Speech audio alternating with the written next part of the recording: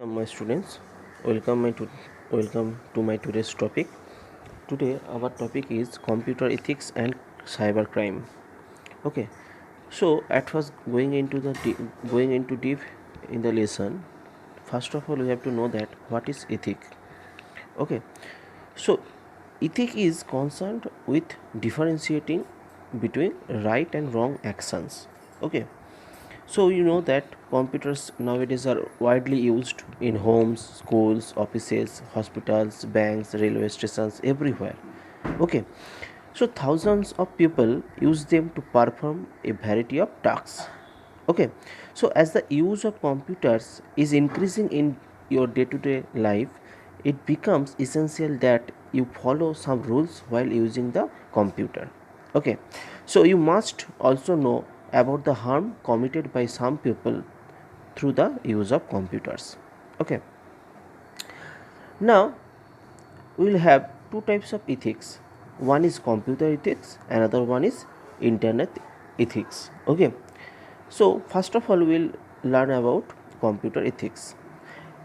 Actually, these ethics deals with the rules and practices that we should follow while working on computers. Okay, so it is important for everyone to know these rules in order to prevent fraud and crime related to the use of computers. Okay, so computer ethics institutes that already located in Washington DC, okay, give a, gave us 10 fundamental rules in computer ethics. Okay, like number 1, we shall not use a computer to harm other people.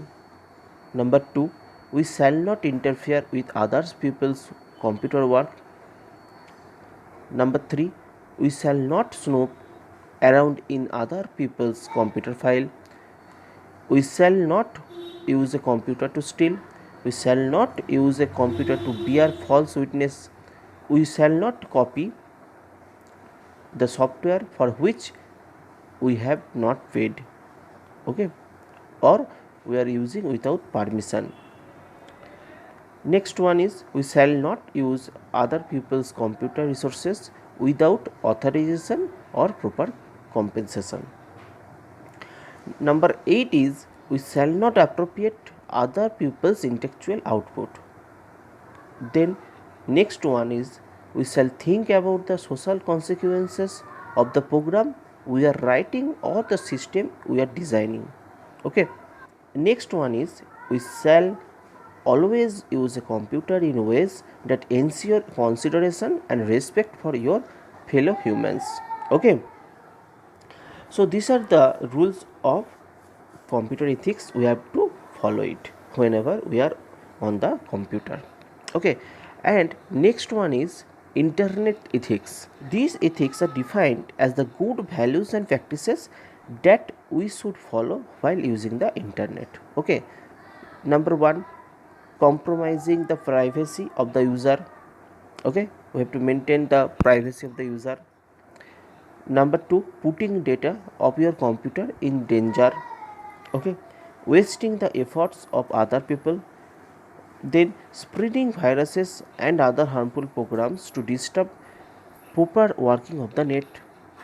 And last of all, gaining unauthorized access to passwords of others' email accounts or websites. Okay, got it? Okay. Okay, so all these are list of activities on the internet that are considered as unethical. So you have to avoid all this on the internet. Okay. Next one is intellectual property rights, that is IPR. Actually, intellectual property refers to the creation of the mind, such as invention, literary and artistic works and images used for commercial purposes. Okay, so there are laws that protect intellectual property. This enables inventors or writers or artists to get recognition and financial benefit from what they invent, write or create. Okay, so the full form of IPR is intellectual property rights are the rights given to a person over her or his creation. Got it? To prevent misuse of this creative work, their website display notices stating that the unauthorized use of any intellectual property is illegal. Okay. Intellectual property are legal rights that protect creations and or inventions resulting from the intellectual activity in the industrial, scientific, literary or artistic field. Okay, so the most common IPRs include patents, copyrights, marks and trade secrets. Next one is copyright. So what is copyright? It is the formed by the combination of two words. One is copy and another one is right. Okay, so which means all rights reserved. Okay, so copyright refers to the legal right of the owner of intellectual property. In simple terms, copyright is the right to copy. Okay, here we use the symbol, that is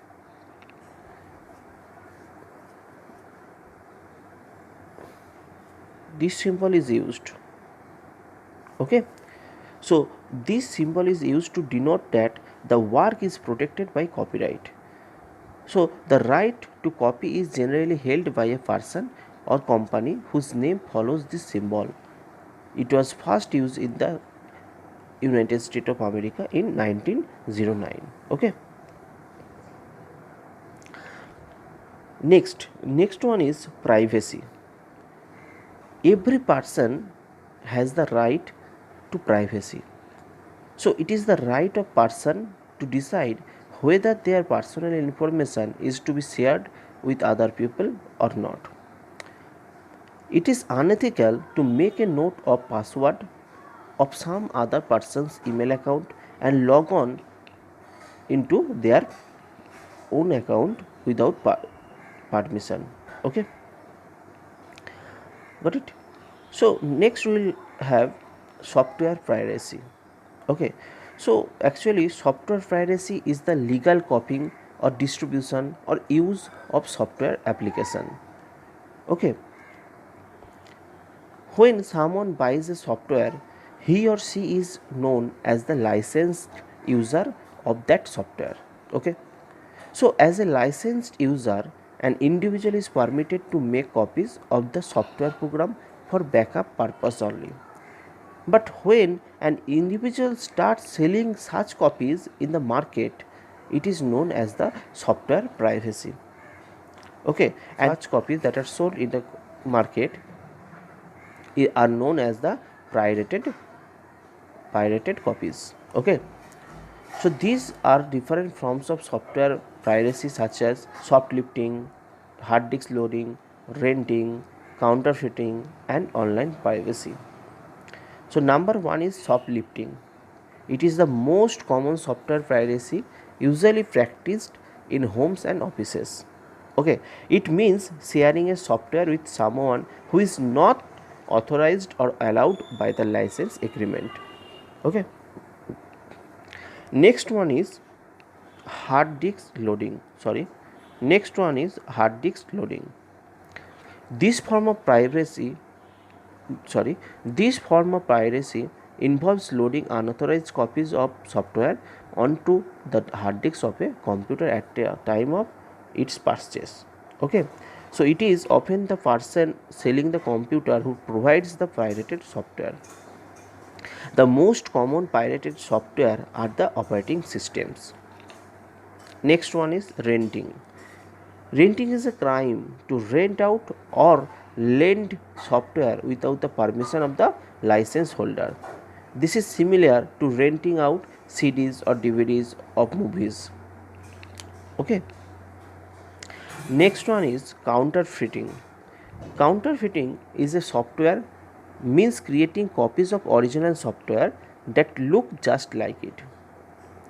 This includes the packaging, CD or DVDs, and the manuals. Okay, so software created by Microsoft are most commonly counterfeited because of their widespread use.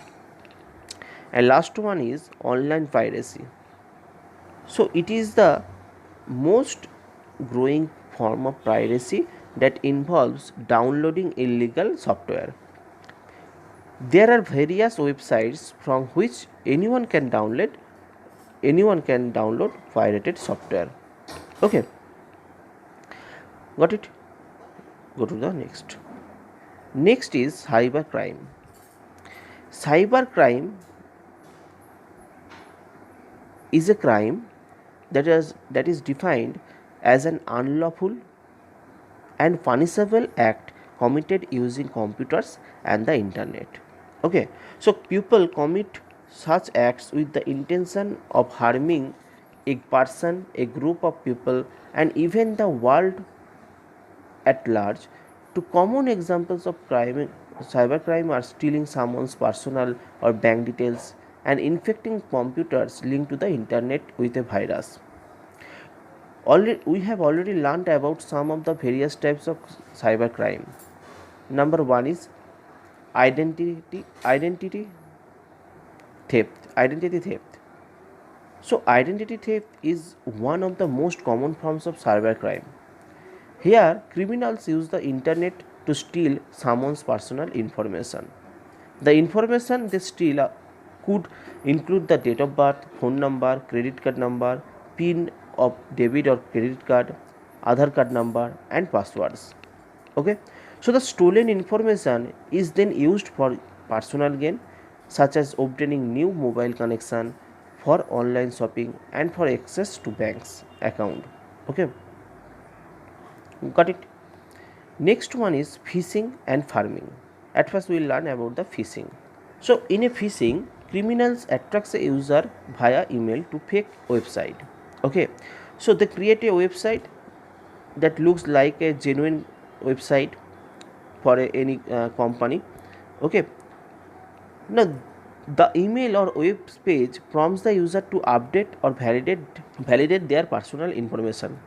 So this information is then used to withdraw funds or money from the user bank account without knowing the user. So here the person who carries out such activities is called a phisher. Okay, and in farming attack, when a user enters a genuine web address, criminals redirect them to the wrong website. Okay, so farming is a cyber attack intended to redirect a website's traffic to another, that is fake website. Okay, next one is hacking. Hacking is the act of gaining access to a computer and viewing, copying, or creating data on it. This is done with the help of computer programs. A person who carries out such activities is called a hacker. Okay, so criminal hacker is someone who illegally breaks into computer system to damage or steal information. Okay, next one is to prevent cybercrime. So we can prevent cybercrime by following certain practices while using the computers, like update your antivirus software regularly, protect your personal information, do not respond to any email that asks for personal information, choose a tough password or strong password and protect it, always turn off your computer when it is not in use, read privacy policy on the websites. Okay, and review your bank and other financial statement regularly. Okay.